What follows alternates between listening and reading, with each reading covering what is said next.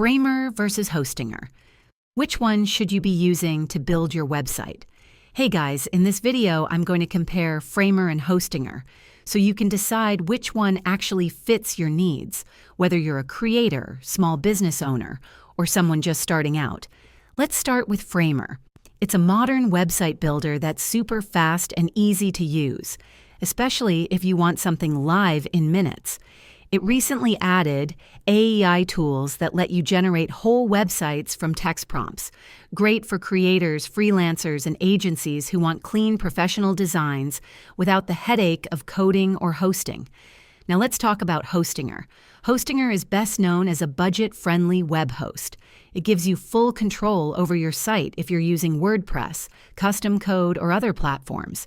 It's super cheap and great for people who want more technical flexibility, but it takes more setup than Framer. So which one is better?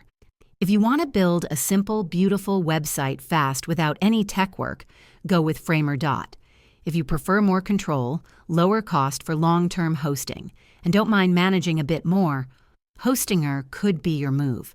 Both are awesome, just built for different kinds of users. Let me know in the comments which one you use, and if you found this helpful, hit like and subscribe. See you next time.